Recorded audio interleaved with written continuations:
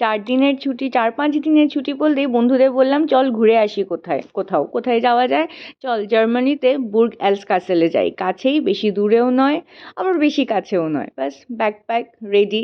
দেখুন রাস্তা দিয়ে চললাম হিন্দি সিনেমার গান শুনতে শুনতে, বেশ ভালো লাগে পুরোনো গান আমাদের সবারই। দারুণ ভিউ ছিল, জার্মান হাইওয়েগুলো ভীষণ বড় হয় জানেন, অ্যান্ড স্পিড লিমিটগুলো ভীষণ বেশি হয়। আম, সেই দিন রাত্রিরে 9টা, 9:30, 10টা নাগাদ এই পৌঁছালাম আমরা হোটেলে। এবারে লাস্ট মোমেন্টে টিকিট বুক করেছিলাম এবং আমার ছেলের বয়স 4-এর কাছে, 4-এর থেকে অল্প খানিকটা বেশি, তাই এটা ওকে আলাদা করে ওর জন্য একটা রুম নিতে হলো। এটা হচ্ছে ওর রুম।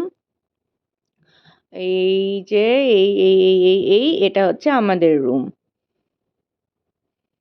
এটা হচ্ছে আমাদের রুম, একটা কাভার্ড ছিল, বড় রুমটা খুবই স্পেশিয়াস ছিল এবং তার পাশে একটা ব্যালকনি ছিল। ব্যালকনির ভিউটা অ্যামেজিং ছিল, বিশাল সুন্দর। It was like really a break from the hectic life. এবারে এই যে সাদা সাদা কার্টেনগুলো দেখছেন, ওদিকটা ওই কার্টেনগুলো সরিয়ে দরজাটা খুললেই ব্যালকনি এবং তার ভিউ। এই যে আমার ছোট্ট ছেলে খুব এক্সাইটেড ঘুরতে এসে, এবং এটা হচ্ছে বাথরুমটা। এবারে এই জন্য দেখালাম যাতে আপনারা বুঝতে পারেন, মানে একটা দরজা দিয়ে ঢুকে এই বাথরুম, ছোট্ট একটা রুম যেটা কিনা আমার ছেলের জন্য নেওয়া হয়েছে, আর ওই বড় রুমটা যেটা আমাদের রুম। সেই দিন রাত্রিরে এই হোটেলে খাওয়ার ব্যবস্থা ছিল না, আমরা বাইরের থেকে খাবার এনে শুতেই অনেকটা দেরি হয়ে গেল। পরদিন সকালে 10টা, 10:30টায় বুর্গ এলস কাসেলের দিকে বেরিয়ে পড়লাম। এবারে ওখানে দুটো পার্কিং হয়, একটা পার্কিং, সেই পার্কিংটাতে জায়গা পাওয়া গেল না, সেই পার্কিংটাতে পার্ক করলে মানে আপনাকে হাঁটতে হয়, বাট কম হাঁটতে হয়, অতটা বেশি নয়। এই পার্কিংটাতে একটু বেশি হাঁটতে হলো। এই দেখুন ছোট্ট একটা ট্রেকিংয়ের মতো, ভিউটা দারুণ। ও বলতেই ভুলে গেলাম, এই যে এটা হচ্ছে রায়ান, এটা তার কাকা, আর এটা হচ্ছে তার কাকি, তারা জার্মানিতেই থাকে কিন্তু অন্য শহরে।